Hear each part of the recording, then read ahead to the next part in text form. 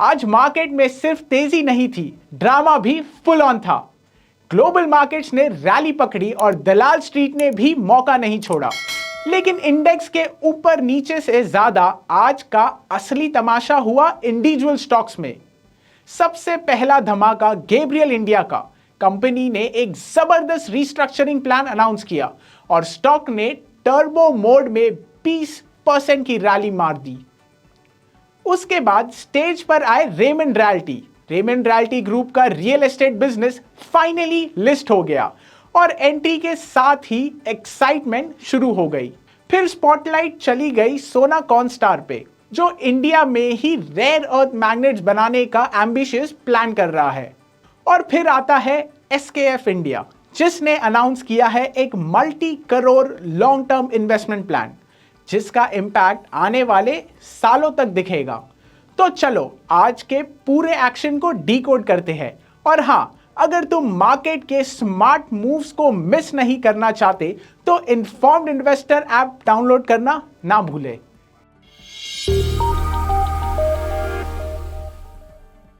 आज के मार्केट में फोकस में था रेमंड रियल्टी, जो कि रेमंड का रियल एस्टेट बिजनेस है। कंपनी का बीएसई और एनएसई पर लिस्टिंग हुआ आफ्टर द डीमर्जर, जिसका मेन मकसद था रियल एस्टेट बिजनेस पर शार्पर फोकस लाना। रेमंड रियल्टी के शेयर्स बीएसई पर ₹1005 पर ओपन हुए, लेकिन लिस्टिंग के तुरंत बाद ही काउंटर में 5% अपर सर्किट लगा।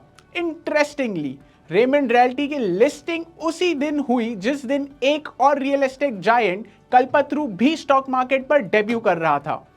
लेकिन जहां रेमंड रियल्टी 5% ऊपर गया, वहीं कल्पतरू के डेब्यू थोड़ा ठंडा रहा। रेमंड रियल्टी ऑफिशियली मई 1, 2025 से रेमंड से डीमर्जर हुआ था 1:1 डीमर्जर रेशियो के अंडर। मतलब जिसके पास रेमंड के एक शेयर था, उसे एक और रेमंड रियल्टी का शेयर मिला। यह डीमर्जर रेमंड ग्रुप का 100 ईयर का ट्रांसफॉर्मेशन प्लान के पार्ट था, जिसे सिंघानिया ने रेमंड 2.0 कहा अपने शेयर होल्डर को लिखे लेटर में। अब डीमर्जर के बाद रेमंड ग्रुप 3 फोकस वर्टिकल्स में ऑपरेट करता है: लाइफस्टाइल, रियल एस्टेट और engineering. Raymond realty real estate में पास्ट 6 साल से काम कर रही है और आज इंडिया के टॉप 10 लिस्टेड डेवलपर्स में से और एमएमआर या मुंबई रीजन के टॉप 5 डेवलपर्स में से एक है। कंपनी का अप्रोच बहुत फोकस्ड है। Besides focusing on the MMR and Pune region, ये एस्पिरेशनल टू प्रीमियम सेगमेंट को केटर करता है। कंपनी के पास स्ट्रॉन्ग एग्जीक्यूशन ट्रैक रिकॉर्ड है और थाने में 100 एकड़ से बड़ा लैंड बैंक भी है, जिससे फ्यूचर में हाई वैल्यू अनलॉक होने की पोटेंशियल है। इसके साथ कंपनी जॉइंट डेवलपमेंट के थ्रू एक एसेट लाइट मॉडल पर भी काम कर रही है। दोनों ही सेगमेंट से टोटल डेवलपमेंट वैल्यू ₹40,000 करोड़ तक हो सकती है। यह वैल्यू फ्यूचर में 6 से 8 सालों में अनलॉक होगी। फाइनेंशियल्स की बात करें तो FY25 में कंपनी का रेवेन्यू ₹2313 करोड़ था, जिसमें से ₹273 करोड़ नेट प्रॉफिट के रूप में आया, यानी थोड़ा सा ज्यादा देन 10% मार्जिन। थाने में जो 100 एकड़ की लैंड पार्सल है, उसमें से 60 एकर्स अगले 6 से 8 सालों में डेवलप किए जाएंगे। कंपनी का फोकस है कि जेडीए मॉडल से रेवेन्यू शेयर 40 to 45% हो अगले 7 सालों में और 70% तक पहुंच जाए उसके बाद। रेमंड के लिए मुंबई मार्केट ही प्राइमरी फोकस रहेगा, लेकिन पुणे में भी 1-2 प्रोजेक्ट के प्लान हो सकते हैं। रेमंड रियल्टी ने हर प्रोजेक्ट के लिए आरओसी का टारगेट 20 to 22% रखा है और मैनेजमेंट को पूरा कॉन्फिडेंस है कि वो अपने ग्रोथ गाइडेंस को बेस्ट करेंगे। आगे जाके कंपनी का टारगेट है कि मिनिमम 15% रेवेन्यू ग्रोथ और 20% EBITDA ग्रोथ को मेंटेन किया जाए।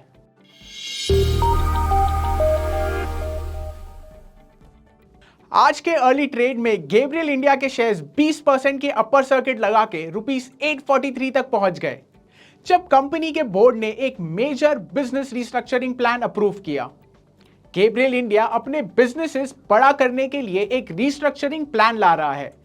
इसमें प्रमोटर ग्रुप एक ऑटो रिलेटेड बिजनेसेस को गैब्रियल के अंडर मर्ज किया जाएगा।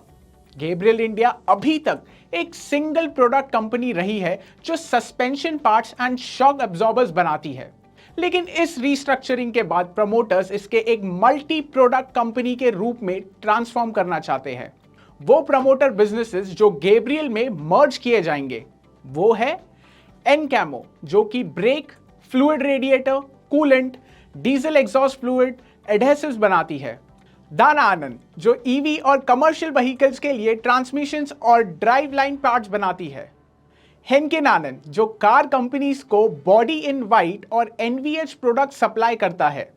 आनंद सीवाई म्यूटेक, जो गेयर सिस्टम्स के लिए ब्रास और स्टील सिंक्रोनाइज रिंग्स बनाती है। इस रिस्ट्रक्चरिंग के तहत एनकैमो इंडिया को एशिया इन्वेस्टमेंट्स प्राइवेट लिमिटेड में मर्ज किया जाएगा।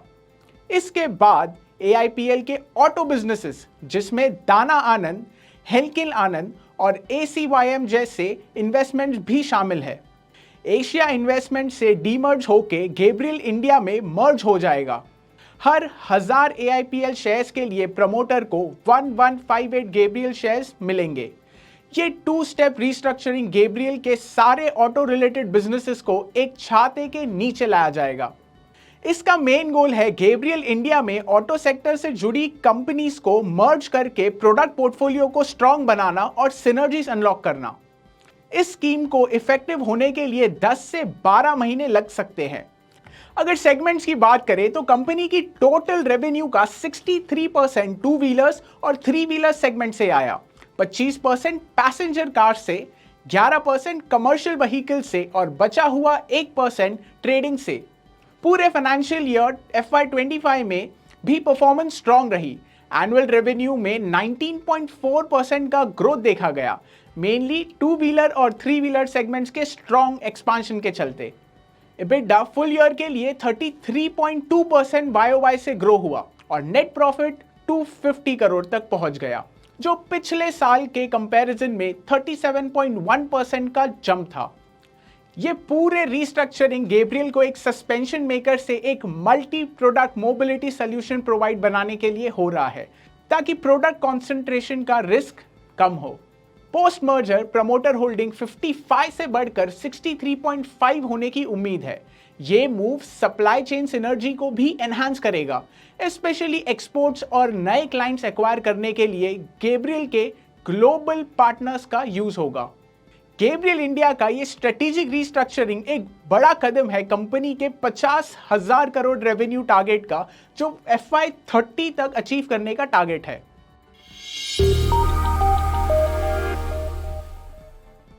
सोना कॉमस्टार, जो इंडिया में रेयर अर्थ मैग्नेट की सबसे बड़ी इंपोर्टर है, उसने अनाउंस किया है कि वो इन मैग्नेट्स को लोकली प्रोड्यूस करने का प्लान कर रही है। ये rare earth magnets in general cars और खास करके इलेक्ट्रिक कार्स के लिए एक क्रिटिकल कंपोनेंट है। चाइना ने अप्रैल में ही मैग्नेट एक्सपोर्टर्स पर कई रिस्ट्रिक्शंस लगाए। ये मूव यूएस के टैरिफ को काउंटर करने के लिए किया गया था। इसकी वजह से ग्लोबल ऑटो सप्लाई चेन पर काफी नेगेटिव असर पड़ा। सोना कॉमस्टार ने FY25 में लगभग 120 टन मैग्नेट चाइना से इंपोर्ट किए थे। उनकी इतनी हाई डिपेंडेंसी के कारण कंपनी के CEO विवेक विक्रम सिंह ने इन मैग्नेट्स को इंडिया में मैन्युफैक्चर करने का प्लान अनाउंस किया। गुड़गांव बेस्ड सोना कॉमस्टार, जो सोना BLW प्रिसीजन फोर्जिंग से भी जानी जाती है, ये अभी तक इंडिया की पहली ही कंपनी है जिसने ऐसा प्लान अनाउंस किया है। कंपनी का लगभग 70% रेवेन्यू पैसेंजर व्हीकल सेगमेंट यानी कार से आता है, और ये जो डिफरेंशियल असेंबली, गेयर्स और स्टार्टर मोटर जैसे ऑटो कंपोनेंट्स बनाती है, उसमें रेयर अर्थ मैग्नेट्स एक जरूरी रॉ मटेरियल है। पिछले 4 सालों में सोना कॉमस्टार का फाइनेंशियल परफॉर्मेंस स्ट्रांग रहा है। 4 साल का रेवेन्यू कैगर 23% रहा और ऑपरेटिंग प्रॉफिट मार्जिन्स भी 25 से 28% की रेंज में स्टेडी रहा है।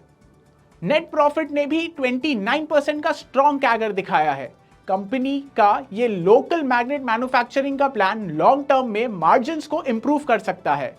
ये जो लोकल मैन्युफैक्चरिंग का प्लान है वो कोई इमीडिएट सोल्यूशन तो नहीं है, क्योंकि रेयर अर्थ मैग्नेट्स की माइनिंग और प्रोसेसिंग का प्लांट लगाने में कई साल लगते हैं। FY26 में भी कंपनी को 200 टन के करीब मैग्नेट्स इंपोर्ट करना ही पड़ सकता है। इसीलिए स्टॉक में भी कुछ ज्यादा रिएक्शन नहीं दिखा।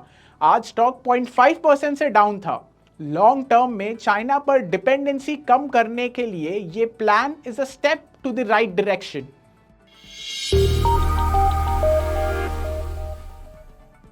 एसकेएफ इंडिया, जो कि बेयरिंग सेक्टर की एक लीडिंग प्लेयर है, उसने 2030 तक 1210 करोड़ से 1460 करोड़ तक का मेगा इन्वेस्टमेंट प्लान अनाउंस किया है, जो कि कंपनी के दोनों ऑटोमोटिव और इंडस्ट्रियल सेगमेंट को ग्रो करने के लिए स्पेंड किया जाएगा। कंपनी का प्लान है कि आने वाले 5 सालों में अपने इंडस्ट्रियल सेगमेंट में 800 करोड़ से 950 करोड़ तक का बड़ा इन्वेस्टमेंट करे। इसमें से एक बड़ा हिस्सा रुपीस 350 करोड़ से 450 करोड़ जो डायरेक्टली जाएगा डिस्ट्रीब्यूशन नेटवर्क को स्ट्रांग बनाने में, और बाकी का इन्वेस्टमेंट होगा पुणे में एक नया मैन्युफैक्चरिंग प्लांट सेटअप करने का। कंपनी के आउटलुक के हिसाब से इंडस्ट्रियल सेगमेंट का रेवेन्यू FY25 से FY28 के बीच 8 से 10% कैगर से ग्रो करेगा। वहीं EBITDA ग्रोथ कैगर भी 16 to 18% की रेंज में रहने की उम्मीद है। मतलब कंपनी ने सिर्फ अपने रेवेन्यू में स्टेडी ग्रोथ दिखाई ही नहीं है, बल्कि प्रॉफिटेबिलिटी के पेस में भी तेजी होगी। अपने ऑटोमोटिव बिजनेस के लिए एसकेएफ इंडिया का प्लान है कि 2030 तक 410 करोड़ से 510 करोड़ तक का इन्वेस्टमेंट करे। ये पैसा मेनली लगेगा हरिद्वार, पुणे और बैंगलोर के की मैन्युफैक्चरिंग प्लांट्स की कैपेसिटी बढ़ाने में, ताकि कंपनी ग्रोइंग डिमांड को इजीली हैंडल कर सके और अपने मार्केट पोजीशन को और स्ट्रांग बना सके। कंपनी का ऑटोमोटिव बिजनेस का रेवेन्यू फाइनेंशियल ईयर 25 से फाइनेंशियल ईयर 28 के बीच 10 से 12% के कैगर से ग्रो करेगा। वहीं EBITDA ग्रोथ का कैगर भी 17 से 19% की रेंज में रहने की उम्मीद है। मतलब इंडस्ट्रियल ग्रोथ बिजनेस के साथ साथ ऑटोमोटिव बिजनेस की ग्रोथ भी स्ट्रांग रहने वाली है। Also a very important point two note कि ये दोनों बिजनेस डीमर्ज होने जा रहे हैं। इस रिस्ट्रक्चरिंग का मेन एम है बेटर फोकस लाना, ऑपरेशनल एफिशिएंसी बढ़ाना और शेयर होल्डर्स के लिए वैल्यू अनलॉक करना। यह प्रोसेस दिसंबर 2025 तक खत्म होगा, ऐसा कंपनी ने इंडिकेट किया है।